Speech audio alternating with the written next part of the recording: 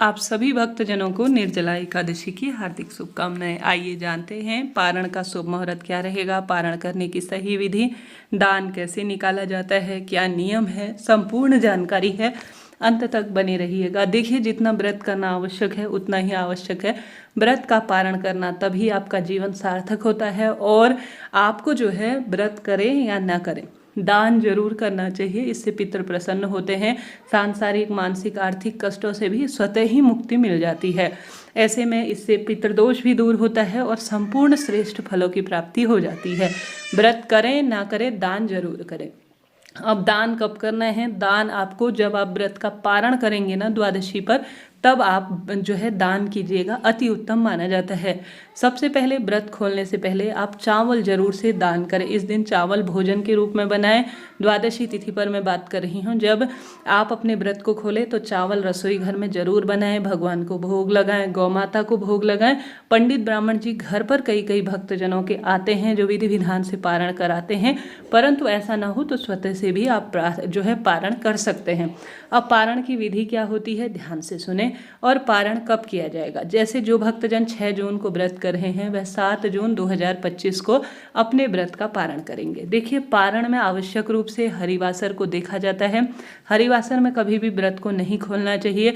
तो 6 जून को जो भक्त व्रत करेंगे वह 7 जून को अपना व्रत खोलेंगे, तो हरिवासर जो है दिन में ही समापन हो जाएगा, 11:25। ऐसे में आप सभी को हरिवासर का ध्यान रखते हुए और साथ ही अन्य नियमों का ध्यान रखते हुए ही व्रत का पारण करना चाहिए।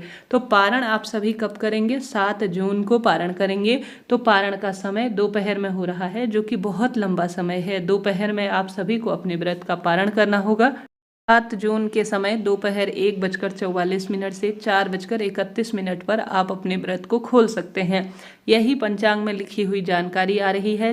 जो भक्त 6 तारीख को व्रत करेंगे वह इसी लंबे समय के इंतजार के बाद अपने व्रत को खोलेंगे। ठीक है जी। अब इतनी कठिन तपस्या की है तो थोड़ा सा और सही। इसके साथ ही 7 जून 2025 को व्रत करने वाले भक्तजन 8 जून 2025 की सुबह 5:23 से 7:17 के आसपास अपने व्रत को खोल सकेंगे।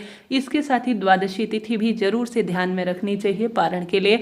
द्वादशी तिथि प्रारंभ होगी 7 जून 2025 सुबह 4:47 पर। द्वादशी तिथि समाप्त 8 जून 2025 सुबह 7:17 के आसपास। इस तरह से आप सभी को यह मैंने जानकारी दी। अब पारण का क्या नियम है, आप सभी को जरूर से पारण की विधि जाननी चाहिए।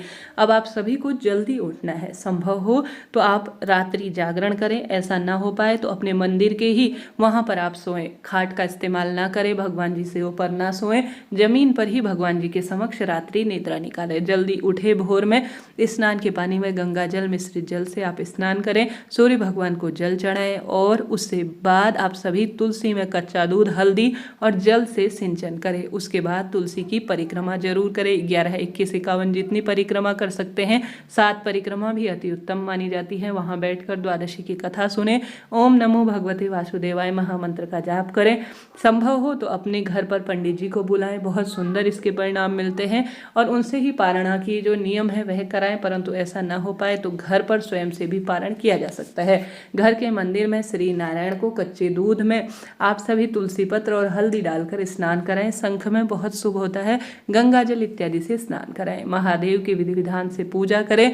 नियमबद्ध तरीके से जो आपके छोटे मोटे घर के मंदिर में कार्य रहते हैं उन्हें आप निपटा लीजिए। उसके बाद आप सभी को घर की रसोई में चावल बनाना है।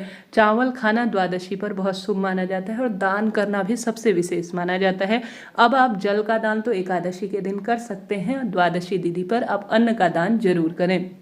ऐसे में अन्न का दान आपको क्या क्या करना है सुनिए। सबसे पहले पारण करने से पहले एक समय अगर पंडित जी घर पर आते हैं तो अति उत्तम है, उन्हें भोजन कराकर उन्हें वस्त्र, पंखा, जूता, छाता, कंबल, जो आपसे ठंडक पहुंचाने वाली चीजें या अपनी क्षमता सामर्थ्य अनुसार जो आपके पास धोती, कुर्ता, वस्त्र इत्यादि है, साड़ी, सूट, सुहाग की सामग्री जो आपके पास है, जैसे एक समय का भोजन जिसमें चावल आपको जरूर दान करने हैं। आप मौसमी फल ले सकते हैं, आप आटा जो है ले सकते हैं, नहीं तो चावल चावल जरूर से करें, उसमें कुछ दक्षिणा रखें, 11, 21, 51 जितनी भी रुपए हैं वह रखें, पंखा रखें और आटा, चावल, नमक, मिर्च, हल्दी जरूर रखें, घी जरूर रखें, दाल वगैरह जरूर से रखें। और फिर इसमें जो है 3 बार जल घुमाकर, एक बार अपने हाथ में जल लीजिए, 3 बार अपना नाम गोत्र बोलिए, तीनों बार आप हाथ में जल लेकर जो आपने दान की सामग्री निकाल रखी है अपने घर के मंदिर में रखकर जमीन पर जल छोड़ें और कहें कि हे महाप्रभु, आपने मेरे व्रत को सफल बनाया, अब मैं दान देने जा रही हूँ, इस दान को भी मेरे खाते में जोड़िए। ऐसी प्रार्थना करते हुए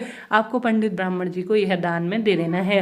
उसके बाद आप सभी को अपने व्रत को पारण करना है। घर के सदस्यों के चरण स्पर्श कर कर भगवान जी से प्रार्थना करें कि प्रभु जो भूल चूक हुई हो उसके लिए मैं क्षमा प्रार्थी हूँ। मेरे पारिवारिक, सांसारिक, मानसिक सभी तरह के रोग, दोष, कष्ट, संकट, पीड़ा से मुझे मुक्त करें और भूल चूक के लिए मैं क्षमा प्रार्थी हूँ। हमेशा ही मुझसे अपनी सेवा में मुझे लीजिएगा, ऐसी प्रार्थना कीजिएगा। उसके बाद आप अपने व्रत को खोलना शुरू करें। अब यहाँ पर व्रत खोलने का नियम है, ध्यान से सुने। व्रत खोलने के बाद आपको गरिष्ठ भोजन, प्याज, लहसुन, तामसिक चीज़ों का सेवन नहीं करना है। धीरे धीरे सात्विक चीज़ें ग्रहण करनी है। एकदम से बहुत ज़्यादा पानी ना पिए, तली भुनी चीज़ें ना खाएं, ताकि जो है आपके डाइजेशन की दिक्कत हो सकती है। एक रात्रि और एक दिन से ज़्यादा आप भूखे प्यासे रहे हैं तो दिक्कत हो सकती है। बहुत सरलता से आप जो है कार्य करें, तभी आपका व्रत सफल होगा। अब क्या खाकर व्रत को खोला जाता है? हमेशा आप सभी व्रत खोलने के लिए जो भगवान जी को आपने तुलसी पत्र चढ़ाया है उसे ग्रहण कर सकते हैं, या तो प्रथम वाला आप तुलसी पत्र सबसे उत्तम है उसे ग्रहण कर सकते हैं। नहीं तो दूसरा तरीका जो है, भगवान को आपने पंचामृत या चरणामृत चढ़ाया हुआ है, जिस भी स्वरूप में आपने भगवान को जो सामग्री समर्पित की है उसे थोड़ा सा ग्रहण कर कर आप जो है विशेष तौर पर अपने व्रत को खोल सकते हैं। कई भक्तजन चने के 14 दाने खाकर भी अपने व्रत को खोलते हैं। कुछ दाने पीछे की तरफ डालते हैं, दाएं बाएं तरफ डालते हैं। यह प्रक्रिया थोड़ा सा मुझे जटिल लगती है तो मैं नहीं कर पाती हूँ। मैं तो सामान्य तुलसी से जो है जल को अपने व्रत को खोल लेती हूँ। आप भी इस तरह से कर सकते हैं, इच्छा आपकी है। अलग अलग तरह से किया जा सकता है। फलाहार जो भगवान को आपने भोग लगाया है उसे भी आप ग्रहण कर लीजिए, उसके बाद आप चावल खा लीजिएगा। इस तरह से निर्जला एकादशी व्रत किया जाता है। गौ माता को जरूर से आप भोजन इत्यादि कराएं, दीप दान करें, बड़ों के चरण स्पर्श करें, दान पुण्य करें। दान पुण्य क्या क्या किया जाता है स्क्रीन पर आप देख पा रहे होंगे। इस तरह से निर्जला एकादशी व्रत के पारण का यह विधान है। कोई प्रश्न हो आप कमेंट्स के द्वारा पूछ सकते हैं। दक्षिणा रखें, एकादशी के दिन जल का दान करें और द्वादशी के दिन आप अन्न का दान करें। यही पारण का संपूर्ण नियम है। कहीं पर मैं रह रही हूँ तो आप मुझे बताइएगा, ज्ञान बांटने से बढ़ता है। इस तरह से निर्जला एकादशी व्रत के पारण का मैंने आपको विधान बताया। आशा है, उम्मीद है आपके लिए वीडियो उपयोगी रहा होगा।